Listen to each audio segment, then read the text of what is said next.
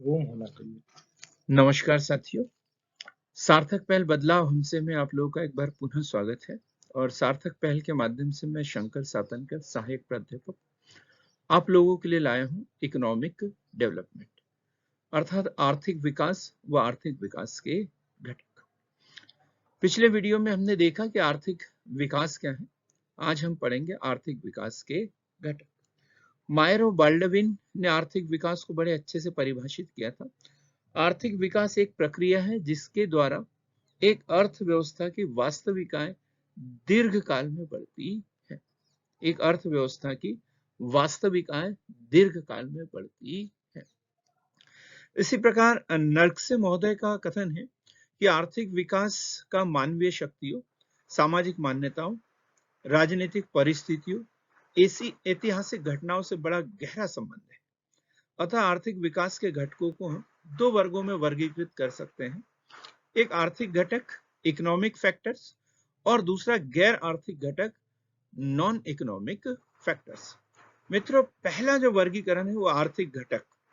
इसमें हम देखेंगे सबसे पहले नंबर पे है प्राकृतिक साधन, नेचुरल रिसोर्सेस। जिस देश में प्राकृतिक संसाधन जैसे उपजाऊ भूमि, जल, खनिज संसाधन ये पर्याप्त मात्रा में होंगे, उस देश का आर्थिक विकास जल्दी से हो सकता है। चाहे हम यूरोपीय महाद्वीप की बात करें या उत्तरी अमेरिका की बात करें, इन देशों में जो संसाधन है वो बहुत अधिक है, इसलिए यहाँ के जो देश है वो विकसित है। पूंजी निर्माण, कैपिटल फॉर्मेशन। कैपिटल फॉर्मेशन, पूंजी निर्माण जो है वो आर्थिक विकास की एक शर्त है। आर्थिक विकास के लिए पूंजी निर्माण अति आवश्यक है। पूंजी निर्माण जो है बचत करने की दर पर निर्भर करता है। जहां बचत करने की दर अधिक होगी वहां पूंजी निर्माण अधिक होगा। पूंजी निर्माण के लिए जनसंख्या का शिक्षित होना, जागरूक होना, एंटरप्रेन्योरशिप, नव प्रवर्तन आदि कई घटक निर्भर करते हैं। जहां कम बचत होगी तो वहां कम पूंजी निर्माण होगा, कम प्रति व्यक्ति उत्पादन होगा और वहां आर्थिक विकास की दर भी कम होगी। वहीं जहां आय अधिक होगी वहां बचत करने की क्षमता अधिक होगी। बचत करने की क्षमता अधिक होगी तो वहां पूंजी निर्माण की दर अधिक होगी। पूंजी निर्माण की दर अधिक होगी, प्रति व्यक्ति आय अधिक होगी, विकास की दर भी अधिक होगी। और इस तरीके से ये जो घटक बाई घटक जो है एक दूसरे को आगे बढ़ाते रहेंगे। तीसरा जो आर्थिक विकास का घटक है वो है तकनीकी, टेक्नोलॉजी। टेक्नोलॉजी के ऊपर भी डिपेंड करता है। जहां आधुनिक टेक्नोलॉजी का इस्तेमाल किया जाता है उस देश में विकास की जो संभावनाएं होती है वो प्रबल हो जाती है। और जहां टेक्नोलॉजी यदि निम्न स्तर की परंपरागत टेक्नोलॉजी का इस्तेमाल किया जाता है तो उस देश का विकास जो है वो धीमी गति से होता है। प्राकृतिक संसाधनों का विदोहन, श्रमिकों की कार्यकुशलता, मशीनों व अन्य पूंजी उपकरणों के ऊपर डिपेंड करता है। इस प्रकार हमने देखा कि आर्थिक विकास के महत्वपूर्ण घटकों में से है एक टेक्नोलॉजी। टेक्नोलॉजी दो प्रकार की होती है, एक पूंजी प्रधान तकनीक और दूसरा श्रम प्रधान तकनीक।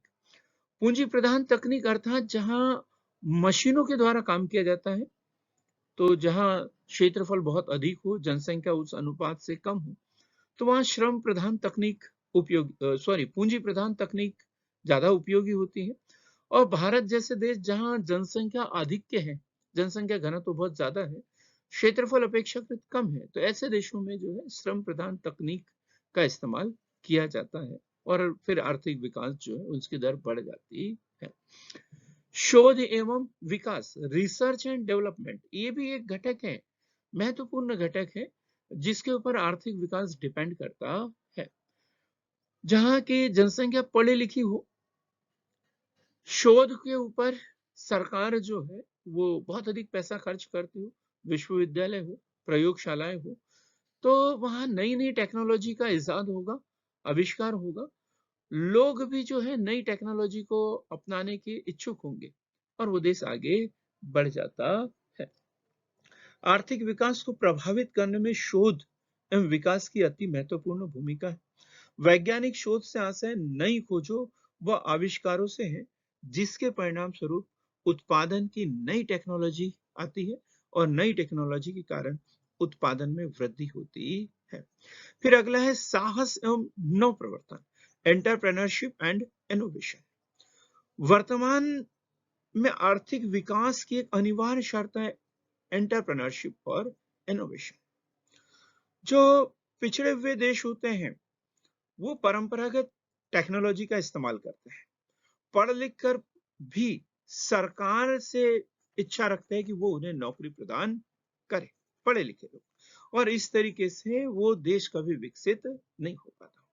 विकसित होने के लिए साहसी होना चाहिए, एक रिस्क लेना होता है, उद्यम होना आवश्यक है, व्यक्तियों को स्वयं को रोजगार का सृजन करना आवश्यक है, और विकास जो है वहां के निवासियों की कुशलता एवं योग्यता के ऊपर निर्भर करता है। रिचर्ड टी गिल के अनुसार तकनीकी ज्ञान आर्थिक दृष्टिकोण से प्रभावी तभी होता है जबकि इसका नव प्रवर्तन के रूप में उपयोग किया जाता है। नव प्रवर्तन ही समाज के साहसी तथा उद्यमकर्ता ही करते हैं। अगला है जनसंख्या में वृद्धि, growth of population, growth of population. Hipple महोदय लिखते हैं कि एक राष्ट्र की वास्तविक संपत्ति उसकी भूमि, जल, वन, खानों, पशु संपत्ति या डॉलरों में निहित न होकर उस राष्ट्र के धनी प्रसन्न आदमी, महिलाओं एवं बच्चों में निहित है। तो जनसंख्या में वृद्धि होना अति आवश्यक है। देखो, जनसंख्या विस्फोट अलग बात है, लेकिन मृत्यु दर कम होना चाहिए, साक्षरता दर अधिक होना चाहिए। तो इसके परिणाम स्वरूप यदि जनसंख्या की वृद्धि दर यदि बढ़ेगी तो युवा जनसंख्या का अनुपात बढ़ेगा, और युवा जनसंख्या जो है वो आर्थिक विकास में, किसी देश के आर्थिक विकास में महत्वपूर्ण योगदान देती है। इस प्रकार अल्प विकसित राष्ट्रों में गुणात्मक दृष्टि से भी जनसंख्या वृद्धि समस्या बन जाती है। अतः जनसंख्या वृद्धि तो आवश्यक है, लेकिन वो भी एक सीमित होना चाहिए, एक निर्धारित अनुपात में ही होना चाहिए। जनसंख्या में कार्यशील जनसंख्या का अनुपात अधिक होना चाहिए।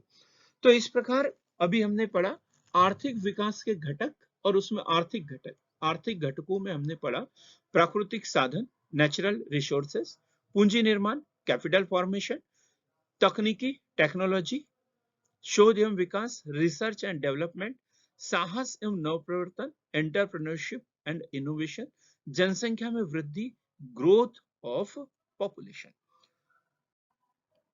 आगे हम देखते हैं गैर आर्थिक घटक, नॉन इकोनॉमिक फैक्टर्स, अर्थात देश के वो घटक जो आर्थिक विकास को प्रभावित तो करते हैं, लेकिन जिसका धन से, अर्थ से, मुद्रा से कोई संबंध नहीं होता है।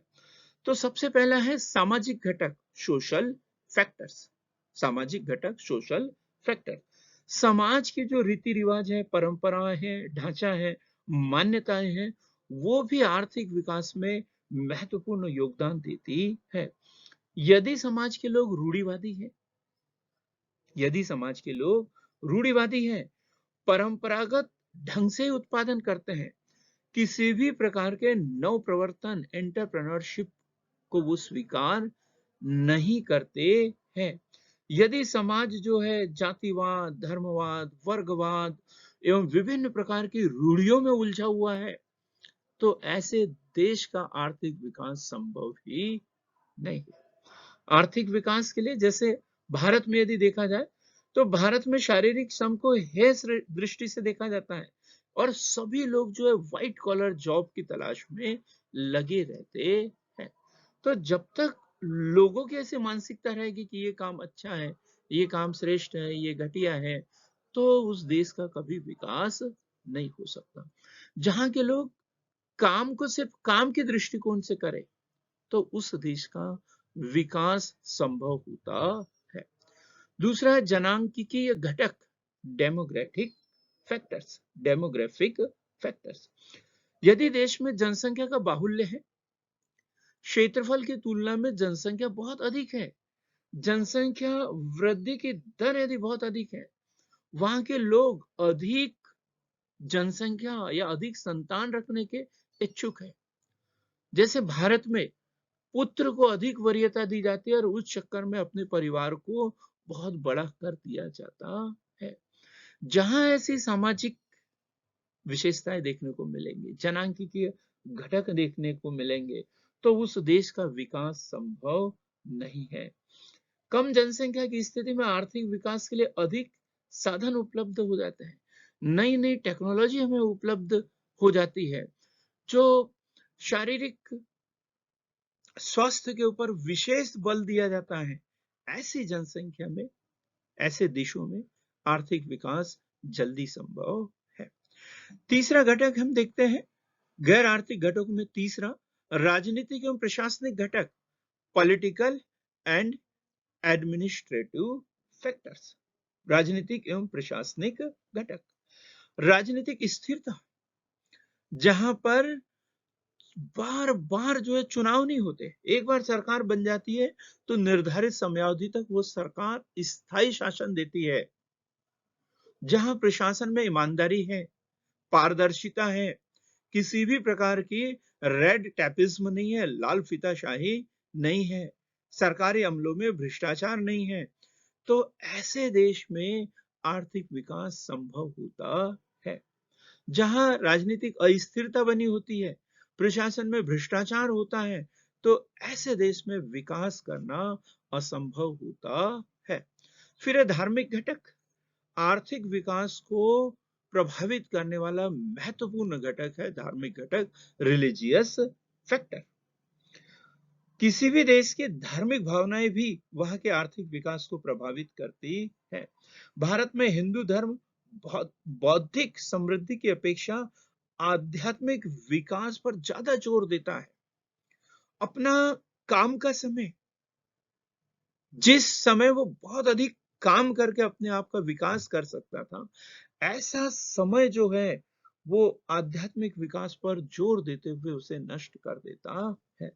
तो ऐसी प्रवृत्तियां जहां देखने को मिलेगी, तो वहां विकास के मार्ग में बाधा उत्पन्न होती है। यूरोप में प्रोटेस्टेंट धर्म की यदि बात करें, तो व्यावसायिक प्रवृत्ति को प्रोत्साहित करता है, जिससे आर्थिक विकास में मदद मिलती है। तो मित्रों, अभी दूसरे पार्ट में हमने पढ़ा आर्थिक विकास के गैर आर्थिक घटक, नॉन इकोनॉमिक फैक्टर्स, और इसमें हमने देखा सामाजिक घटक, सोशल फैक्टर्स, जनांकीय घटक, डेमोग्राफिक डेमोग्राफिक फैक्टर्स, राजनीतिक एवं प्रशासनिक घटक, पॉलिटिकल एंड एडमिनिस्ट्रेटिव फैक्टर्स, धार्मिक घटक अर्थात रिलीजियस फैक्टर्स। तो मित्रों, हम ऐसे ही नई कड़ी के रूप में आगे मिलते रहेंगे। तब तक के लिए बहुत बहुत धन्यवाद।